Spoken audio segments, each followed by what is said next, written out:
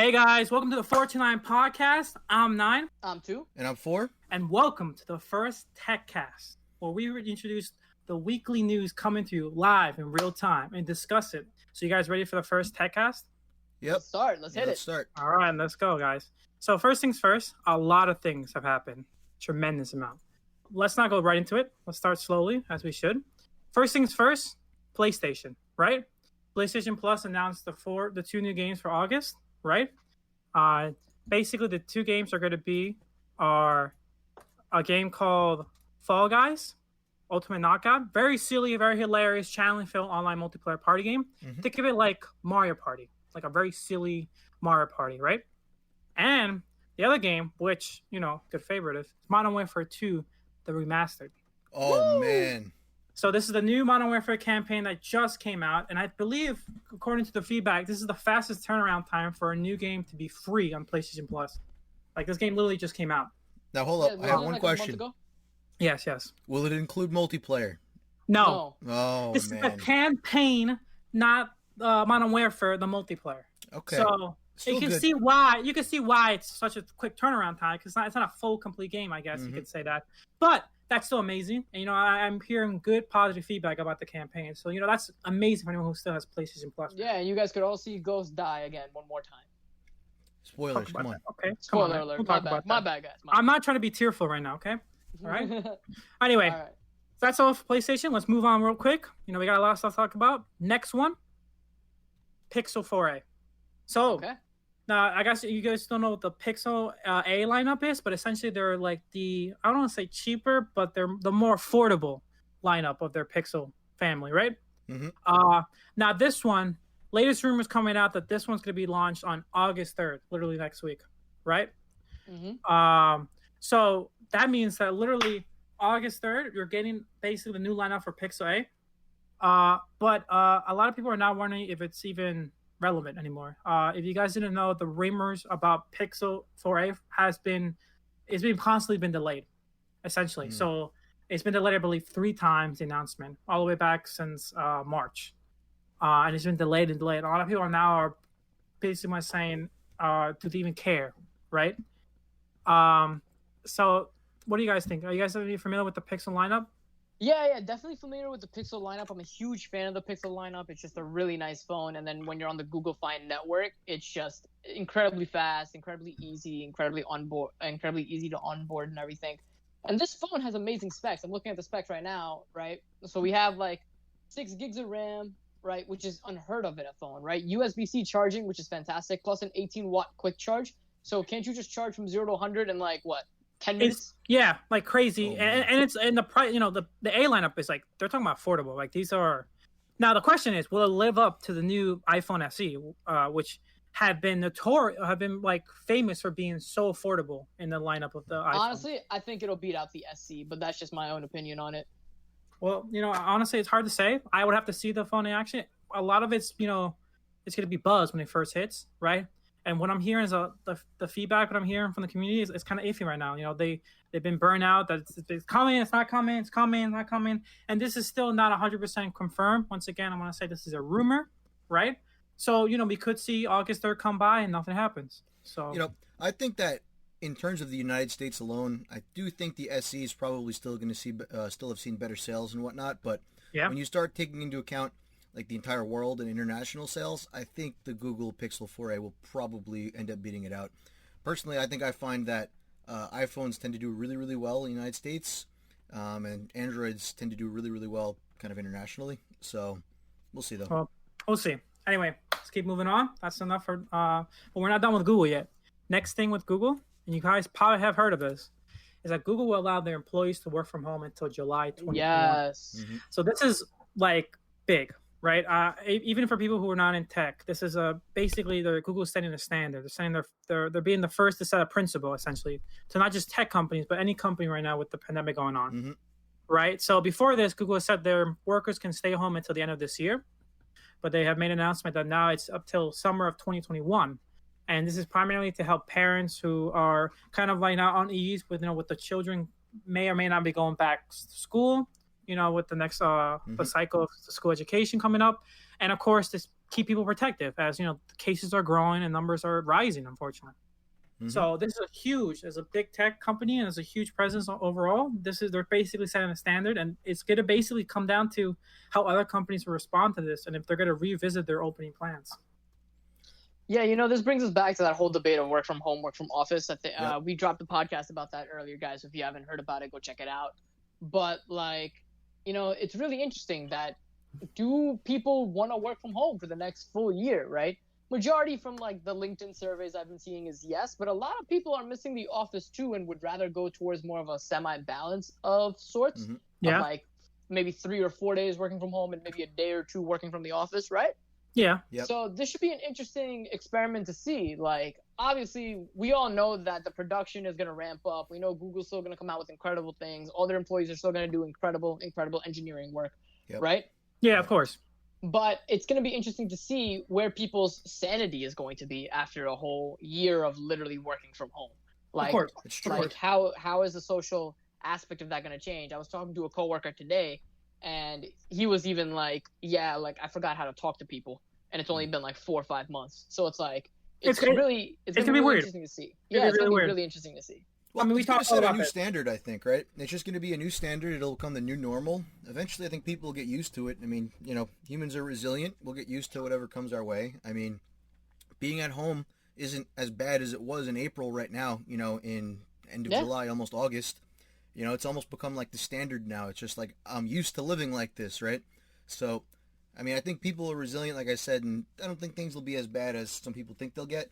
But what you said, that was a really good point where you're talking about, schools potentially being closed again. I know there's a big fight to get them open, but I do still think there's a strong chance that they don't open again.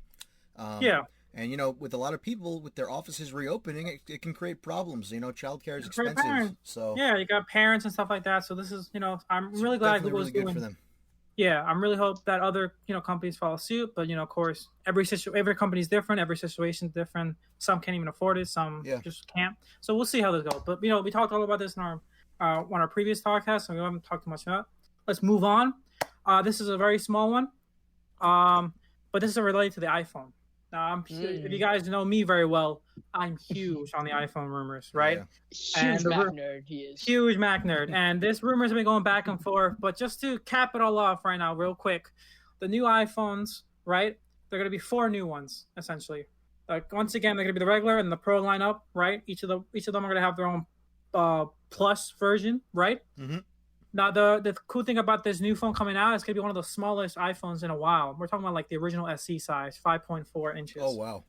So, and what we're having with the, keeping in touch with the notch design, which we haven't seen yet. So it's a small form factor, but classic bezel-less design, And to add fire to that flame, there's rumors coming out that the new iPhone will also have a smaller notch than the iPhone X and iPhone 12. Oh, man. So it's crazy to see how that's going to look. There are some rumors already about the pricing. It's not looking good. We're talking about 800 range still. Oh, man. People have thought maybe with the smaller form factor, it might be a more of an SE range price, but it seems like it's going to still be high. Not to mention that the Pro lineup will start easily at $1,000. And worst thing is all, it seems like unfortunately the rumors are saying that the standard storage space is still going to be 64 gigs. Which I highlighted back and forth over and over again that I still think that's not enough. But if I'm not wrong, and Nine, correct me if I'm wrong here. Isn't this phone going to also support 5G? Yes. So this will also be the first one to support 5G, according to rumors. Now this could be, it's all rumors. Things can change. Production. From what I hear today, the iPhone has went into PVT stage, which means product evaluation and testing. Okay. So at this point, these rumors should be close to solidified, close to realism. But, these can be also false rumors. We had false reporters all over the years. So we'll see how it goes, but let's keep going.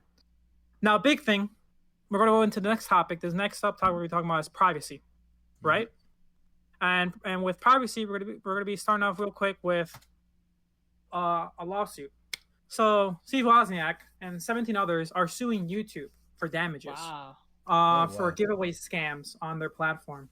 He claims that they're not doing enough and that they're not preventing millions of dollars in cryptocurrency being used back and forth to scam millions.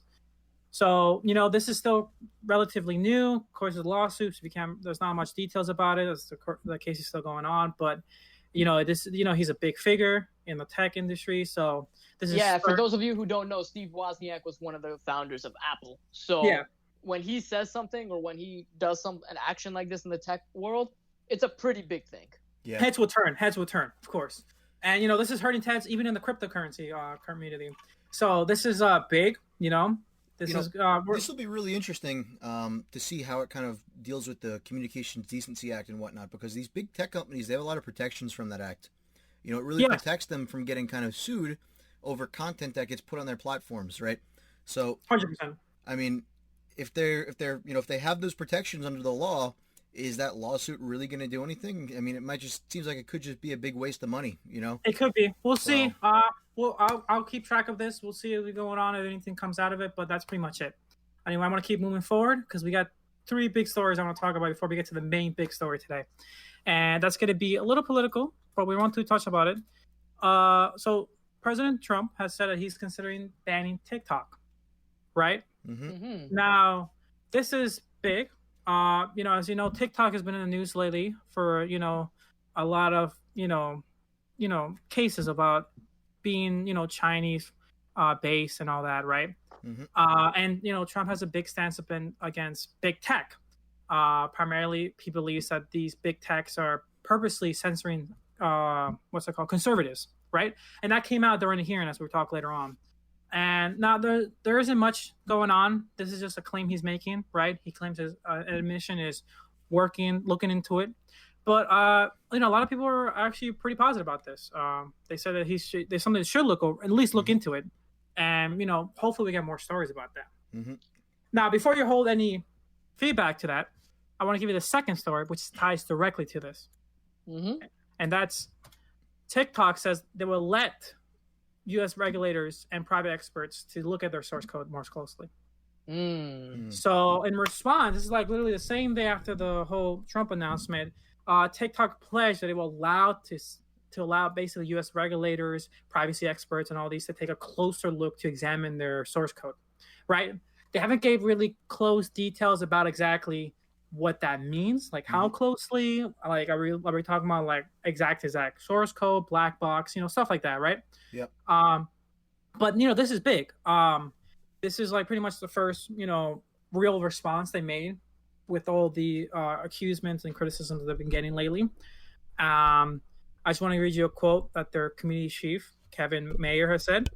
He said, "This is a move to how users, advertisers, creators, and regulators that we're responsible and committed members of the American community that follows USA laws." So they're really keen on essentially showing that they're a USA company foremost and all. So why don't you start with an opinion, because I know privacy is a huge expertise up your alley. I really do care about privacy, but at the end of the day, right? I mean, you got to give people the freedom to do what they want, right? I mean, we live in the U.S. and just banning an app, I don't really see that being positive in any way. Yes, I heard about this feedback. Actually, a lot of people are saying that essentially banning an app or a presidential act of banning an app can set a very dangerous predecessor. Yeah, I agree. The precedent that gets set would not be good. I don't like that at all. I think it's got to be left up to the person. If the government wants to go ahead and kind of investigate these things and they can lay out the facts, I think that would be great. Kind of get more people educated on the privacy risk that it brings. I think it's great that TikTok is willing to kind of open themselves up more to U.S. regulators and other security and privacy experts. So I'm interested to see what they say. And I mean, personally, I kind of see this partially, believe it or not, as Apple's fault. It's 2020. The iPhone has been out for so long. The App Store and the app and the kind of like the mobile app architecture that's been going around is kind of getting increasingly old now. I mean, how is it that Apple still allows apps to spy on its users like that, right? I mean, why is it that they can do and they have certain permissions on my phone that like I never allocated, right? So a lot of people are saying that they like you're saying exactly. App companies like Apple and Google should be the ones taking stance. And, they have every option to fix things, right? I mean, if they wanted to kind of further sandbox every app and really crack down on privacy and give user kind of the ability to decide exactly what the app has access to, I mean, this is where things need to go, right? Because TikTok's not the only app that does this. There's thousands of other actual malware apps that have no legitimate purpose, right? I mean, I'm sure you saw all the apps with like flashlights and calculators, and literally all they do is just spy on you, right? I mean, these things they just simply should not be possible. You should be able to control your phone and dictate exactly what permissions your apps have. And I mean, maybe there would have to be some type of kind of like user-friendly way to do it, or they'd have to kind of make it a little bit better for the average person. But I mean, at least for people who can, we should have the ability to go in and change settings ourselves manually. So I would like to see something like that happen. I don't think Apple is completely, and Google, I don't think any of the big app stores are completely blameless in this, because the problem is bigger than just TikTok. Yeah, I'm going to counter that, actually. So I'm in the opposite side of this argument, right? Although I agree with you that Apple and Google should have more thorough review processes, and I know for a fact that they really do, working with their app stores and everything personally, right? I think the biggest thing about this, and I'm not going to comment on Trump's policies or anything like that, but I think this is an interesting move from the U.S. Intelligence Committee and President Trump, just because it's really showing that the U.S. will take a stand against, applications like this that chooses to spy on their citizens and sends data to a foreign entity that may or may not, depending on how the U.S. views them, right, at that point in time. Of course. But what I want to bring to your point with Apple and Google reviewing these processes. Now, what I don't like about TikTok releasing their source code, and you two can vouch for this as well, right? Although they're releasing source code, that's fantastic. But, the way you only would release the source code if you have nothing to hide. In this case, what they can actually hide behind, right, is the use of other libraries or third-party libraries that they have created themselves and that link to other servers and everything. Now, you won't be able to get the code on those servers. Those are just binaries running. So it's going to be really hard, as you guys have seen, to actually reverse and get that code. I mean, so I'm really glad you brought this up because, as I mentioned to you guys way before, there was a Redditor whose job essentially was to reverse engineer apps for a living. And he was the one, his report of TikTok and his in-depth reverse engineering on it was that they use a lot of third-party libraries to basically monitor a lot of these things. And so that's the point. So it's like, it's not TikTok's base source code that they could release the base source code publicly on GitHub or GitLab or whatever. Yeah. We would see it. We wouldn't even think twice about it. But the underlying third-party libraries that TikTok has developed that spies on its users, those won't be released, and that's how they'll get away with actually exposing the source code like this, in my opinion. I wouldn't necessarily say that it's completely like that, right? So let's just say that, for example, I'm going to have to stop you for, unfortunately, we can't keep going on this. This seems like a really good topic to talk about another week, though. So if you guys really want to hear about this, please let us know because we can go on this very deeply. We can definitely come back to this during our right to privacy episode. Yes, this is very we can't argue all these problems, but if you get enough feedback about this, we will definitely talk about this. But we want to keep moving on because we have one big topic to talk about this for this week. This will be our last small topic for our big one, and it's a simple one. If you guys heard last month, India took a stand, actually quite opposite to what Forum wanted, of banning Chinese apps. They banned 50 apps last month, right? Primarily Chinese ones due to the tensions rising between the two countries, right? Well, this week they banned 47 more. Oh, wow. And according to the reports, these 47 are primarily copycat ones that have been popped up since the last month's ban. So apparently since they banned the initial 50, some new basically replacements have been popping up in the App Store, and they've been banning these basically. So, tensions are rising between these two. Very similar actions from last month, but now it shows that there's a back and forth tug of war going on now on the digital frontier. Yeah. Anyway, I'm not totally against this, right? So I don't like the idea, like I said, of telling people what they can and can't download. Like I said, it's a bad precedent to set. But at the same time, you do have to protect your people. And in the event that apps are proven to be espionage, I do think the United States has a place to step in and maybe not tell U.S. constituents that, hey, you can't download that app, but take it up with China, take it up with the government, right? I'm sure they're breaking international law by doing things like that. So the problem is now, we define as espionage, but it's not. Because you got to remember, TikTok was one of the initial 50 that were banned.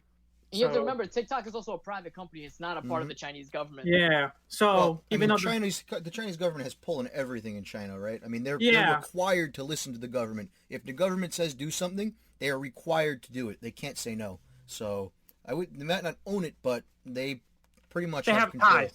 They have ties. Anyway, let's move on to the big topic. And if you guys been hearing anything lately or watched the news this week, the big topic in the tech world was the Congress hearing that happened literally on the time of this recording yesterday, actually. So just to give a really brief overview to people who didn't hear about this, but essentially Congress wanted to essentially talk to the big four techs. So we're talking about the CEOs of Apple, Amazon, Google, and Facebook. And, you forget the fourth. And essentially they wanted to discuss a multitude of topics, right? The big overall question, though, in this hearing was, do these big tech four companies have too much power? Now, I'm going to go over the topics real quick with you, right? And I give a really brief exactly the examples and the talks that they had, right? The first big topic was the stealing of tech from China, right? So the congressman complained that are the Chinese taking tech from USA companies, right? A lot of companies, a lot of the big four are that they're not sure if their own companies being taken. Mark said his was 100% agrees that there are reports that China is taking companies. Well, the other three did not say they're not sure. So it was kind of like a blanket answer. They're not sure. We'll look into it, right? The other big one was the use of forced labor, right? All four of them agree that this is something they don't agree with and that they'll do action to prevent this, right? And we have the monopoly these companies have. The overall question that congressmen were talking back and forth, are these guys breaking the Antitrust Act that are in place? And should a similar action that happened back in 1984 with AT&T should occur now again? Right? If you guys don't know the story about that, is that they found that the Bell company was too big, and they purposely split it up in order to, regulate monopolies from being too powerful. Right? Another thing that was on the topic list was the App Store, and mostly Apple's collection fee. Now, this is big, and this is being actually ringing on in the the news community for a while, even after the hearing. And I'll get more into that a little bit. And finally, the two big things that they really focus on, right? Yep. Is how they're punishing small businesses and destroying them, how they threaten their competitors and slowly buy them out, and how conservatives, a lot of actually on the Congress, asks if these big tech companies are censoring them online, and if they're doing anything to purposely prevent censoring of one political side to another, right? So what do you guys think based on these topics so far? Yeah, let me start off. I would say, right, so I'll go tech company by tech company and then give my opinion, but then I'm also going to bring up an interesting point. Yeah. So with Google, you know what? I see what they say by Google having the majority of share of the search engine world. But to be fair, it has its competitors. It has DuckDuckGo, it has Bing, it has Yahoo Search, right? They may not be as good as Google Search, don't get me wrong, but there are competitors out there, and we choose as consumers to use Google just because it's a better product. If someone comes out with a search engine tomorrow that's a better product than Google, I can pretty much assure you that they will go and use that search product versus Google's, right? Like we've seen with the Bing. What would you say about the predecessor that a lot of congressmen said, or that if there was a better one, wouldn't Google just buy them out before they get even dangerously close to them? Well, see, here's the best part about this. So Google can buy them out, but every merger and acquisition goes through the SEC. The SEC is a government-regulated body, and the SEC can approve or disapprove of that merger or acquisition occurring. So there are checks in place for taking care of something like that. That's true. I don't personally see an issue with Google attempting to buy. It may or may not go through, as we've seen with certain deals, right? But with other deals, right, it can go through. 100%. I agree with that. Let's go into Facebook. Facebook's an interesting one because, Facebook houses multiple social media platforms underneath its realm, right? But there are competitors to Facebook as well. not as strong competitors, I would say, in the social media realm, but you have your Twitter, you have your Snapchat, you have TikTok, you had Vine at one point, right? So it's like you have these other social media platforms to compete with, right? And to post about your life. You still even have like MySpace is still out there too, right? Yes. But again, it comes back down to building a better product than Facebook or having a bigger reach than Facebook to actually incorporate. If you guys don't know the story about Facebook's reach, I highly encourage you to read up on it. They had a very smart business tactics when they were coming up, and it's a very interesting read. I would highly recommend it. Let's go on to Apple. This one's an interesting one, right? I don't know why they're even there. I'll be straight up. I don't know why Apple's there. They have the minority sales for cell phones. They have the minority sales for computers. They have the minority sales for what do you call it? For tablets and everything. So I don't even know why Apple's even there. I don't know why Tim Cook is there. To be honest with you, a lot of people mentioned that he should be there due to the fact that they're dealing with the Chinese. So they're doing a lot of businesses in China. Yep. And which is ironic because I watched the whole hearing, right? They mostly grilled on Google, in fact, for these things. When in fact Google hasn't done any major business dealings, like to the comparison of Apple. That's fair, but Apple's manufacturing out there, which mostly every major U.S. company is manufacturing out there. So you can't even come back and tell me that that's an issue with Apple. Also, keep in mind that they do have a lot of share on the messaging market right now. iMessage, I think, is one of the, if not the most commonly used messaging apps in the world. They brought this back. They brought this up in the hearing. And also, you have to keep in mind the App Store, right? I mean, they're taking almost taking advantage of the people that put apps on their App Store. So that was another big topic they went over. The big thing they went on was the collection fee that Apple has, right? Where even congressmen were very unsure on like how the model works. Sometimes 30%, sometimes 20%. Depends on the first 2 years, and it's 40%. If it's a subscription based one, and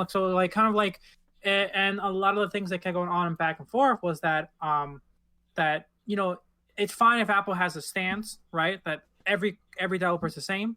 But these congressmen have brought up reports that that's not the case with certain companies, right? If they make a deal, for example, one that people has been throwing back and forth on the internet was the deal that Apple had with Amazon years back, where they lowered the fee that they needed to get the Kindle Books app on the App Store. So like this is the type of things that the Congress was talking about. How like sure, it's fine, you can have a collecting revenue and keep it 30%, but then when we see it fall 20% to some companies for favoritism, that's when we have issues, Yep. That's fair, but again, I can't comment on business strategy and stuff. Maybe they had other incentives for it. But what my main point was for Apple, like that's true, they have the App Store, domination there, but like we brought up in other talks, on our other podcast talks, you can easily jailbreak an iPhone and have your own version of the App Store on there if you want to. Or you have the Google Play Store on Android if you want to actually switch over to an Android platform. Yeah. On top of that, right? I don't understand why Apple's biggest competitor, Microsoft, isn't even at this hearing, considering Microsoft is used by 90% of the computers in the world. I believe Bill Gates was already had his hearing solo actually a few months ago. I don't know why Bill Gates would even attend, considering he's not even involved in Microsoft. Yeah, he's not even involved. You're right, 100%. He's not involved. Yeah, he was more of a visor, anything to the whole tech. Exactly. So I don't understand why they didn't bring Satya Nadella, the CEO of Microsoft, to this antitrust hearing, because I think that's definitely some consideration that needs to be brought up also for Microsoft. But stepping that aside, the last tech company was Amazon, right? Yep. Yes. This is an interesting one, right? Because there has been evidence and facts if you go by traditional monopoly laws, right? Again, not a lawyer here, but from my interpretation of my understanding of the law to how Amazon's applied it, right? They have big lawyers, so they definitely know more than me. But they've definitely done tactics that is very similar to what we've seen, back in the oil monopoly days and stuff like that, right? With online retail. To be fair, though, I have to credit Jeff Bezos and the whole Amazon team. They took advantage and they saw a market opportunity that was extremely huge that other companies such as Sears, being the biggest notable one, didn't really take advantage of. But, it's an interesting topic to hear. I don't know if we have that much time remaining to actually go into the whole nitty-gritty of it. I would really suggest we make a podcast topic around this, but let's see what everyone wants to hear. I think, Ford, do you have any points? Yeah, remaining? So, I mean, I also kind of want to play a little bit of devil's advocate here. We have this whole 100%. Pandemic going on right now, and, I mean, Amazon really stepped up. I mean, they've been probably one of the biggest factors that really assist everybody in this pandemic. Like, you're immunocompromised, you can't go out, you can get everything you could ever need off Amazon, right? Their shipping dates are incredible. Their suppliers are incredible. Really good, man. Like, everything has been flawless, right? I mean, we're talking about ever since the beginning, I'm getting my Amazon packages early. Like, early I'm getting my packages, you know? So, I mean, they stepped up as a company, and, I mean, they filled that gap. And, I mean, if there was a smaller company out there that didn't have the money and resources Amazon had, this pandemic might have been very different. Might have been very 100%. different. I agree. You know, they mentioned this actually in but one of the things they twisted on this was the idea of like price scarcity and the price gouging, which is a big thing that they mentioned, and also counterfeits on Amazon markets, right? So they mentioned that basically how if Amazon's doing enough to prevent counterfeits, and if they're aware of these counterfeits, then they act purposely and active to prevent these, and also price gouging during the pandemic. Were they purposely pricing eyes up, or were they not? You know, I think you know, Bezos said something really, I think he responded pretty well in that regard. He pretty much said that, you know, no one could have predicted the scale of the pandemic that we had, right? No one could have predicted this, just the outburst of the tragedy that happened. So he says that, of course, Amazon didn't react to it as best as they could. But they did it as best as they could with the given situation and the given resource and the given time. And you know what? I 100% agree. Like you said, you know, Amazon could never predict this. No one could predict this. Yep. And could have been, you know, some price gouging and some manipulation in the market? Sure. Yep. But like, but Jeff Bezos and the whole Amazon team was ready for a situation like this, which you cannot say for any other major company. Jeff Bezos they basically said that it was unheard of for them. Exactly. They basically had a holiday shopping spree in the middle of March. Yeah. Exactly. They were not prepared for this type of population burst and overall demand.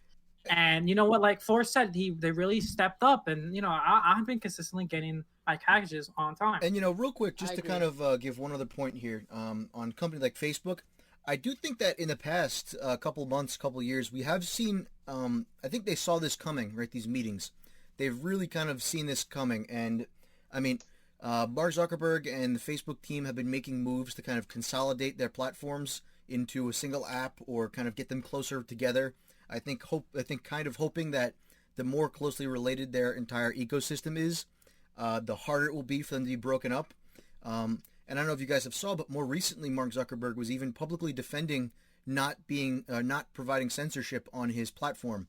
So, I mean, a lot of big tech companies are really into censorship, and they're kind of, you know, censoring posts and taking things down that they say are misinformation.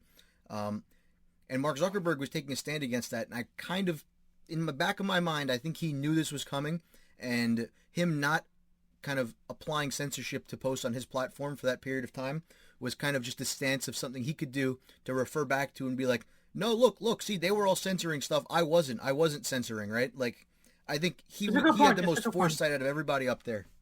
That's a good point. You know, honestly, we can go back and forth on this. There's a lot of things to talk about. This is not just a 5-minute talk that they had. Yeah. They went in endless topics, and the topics I just discussed was only a small fraction of what they talked about. Yep. So you know what? Honestly, if you guys want to hear more about this, you know, we can really deep dive into this and really give you the nitty gritty of, especially from our point of view. We have a very unique point of view that this is very tech based. So we will love to go into this, see what's going on, and you know, our honest feedbacks and opinion on this.